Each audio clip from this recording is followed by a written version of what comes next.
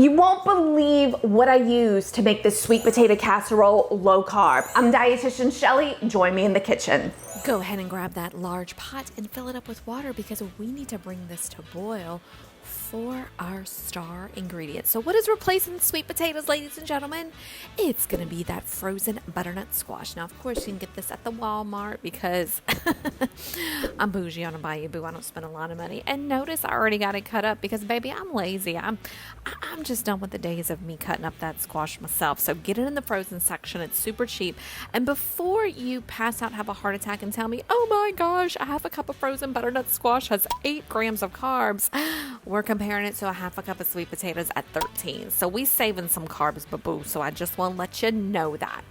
Put all of your butternut squash in that pot, bring it to a boil while it's covered, and go ahead and set your oven to preheat at 375. Once you have drained that butternut squash, return it to your pot, and here's where we're going to add those ingredients. We're going to start with a 4th cup of our brown sugar Swerve. Now, y'all know I love Swerve. It's a New Orleans product.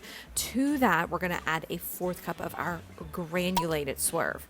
Now, if you're like me, you don't like things overly sweet, you can go a little bit less, even go down to 2 tablespoons of each. Be your best judge, judge your family. I do have the sweet family, so I have to up the ante a little bit. Between a teaspoon and a tablespoon of cinnamon, and boo, you see me, I'm using that lid to measure this. I'm Cajun, like we just do a little bit of this and a little bit of that. A tablespoon of butter tops this off. Get that potato masher. Start mashing all the ingredients together.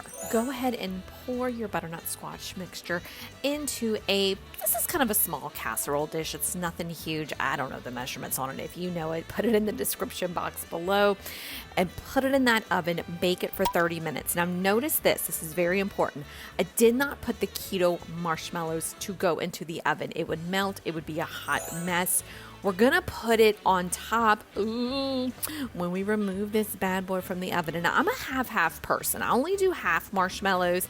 I'm not that sweet vegetable person, so it just doesn't work for me. But I got the family who wants the marshmallows. They want the pecan, so you could sprinkle it on top. If you were too busy laughing or not taking notes, go ahead and scroll into that description box for this recipe. And gang, I love you so much, but please love me back and subscribe. Thanks so much, gang. Bye-bye.